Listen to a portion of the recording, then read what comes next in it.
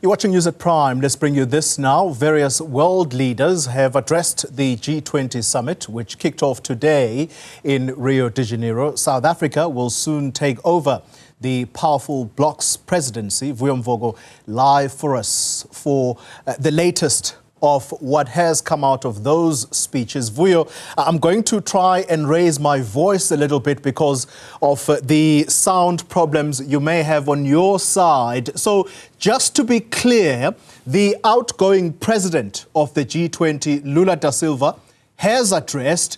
What did he say versus the incoming president, President Cyril Ramaphosa, who is soon going to be taking over the presidency of the G20? Two things in the main, probably, that the Brazilian presidency of the G20 has focused on, and that is social inclusion and also eliminating poverty. Two main things that, of course, are particularly important, especially for the continent of South Africa, but generally the South, developing nations. And you heard President Cyril Ramaphosa this afternoon. Although it was a closed session, the presidency did send out some of the notes that he was speaking from, where he actually pledged to continue from where the Brazilian presidency left off. That's, of course, when South Africa takes over the presidency of the G20. But unfortunately for us, that session was closed. The only session that was open to journalists was, of course, the opening address of President Lula, where he, of course, spoke on that issue, but also did a bit of stock taking on a whole range of other things,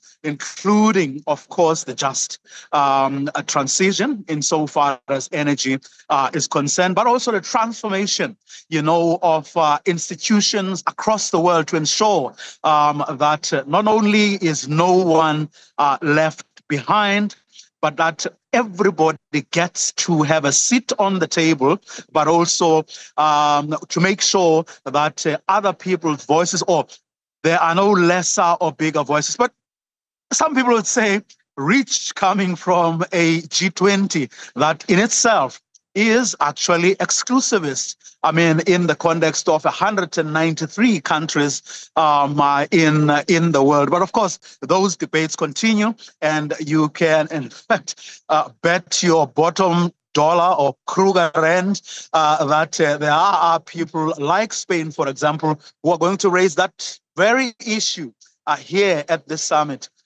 Why isn't the G20 more exclusive than it actually is? But those debates are going to rage on. But right now, you had in that closed session, other heads of state being given an opportunity to have their say.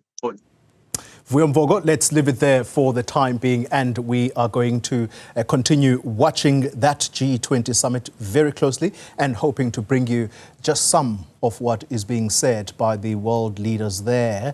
85% of the world's economy concentrated in that particular summit. Just some of what is topical, and that is going to be the content of the discussions going forward. Thank you very much for the time being.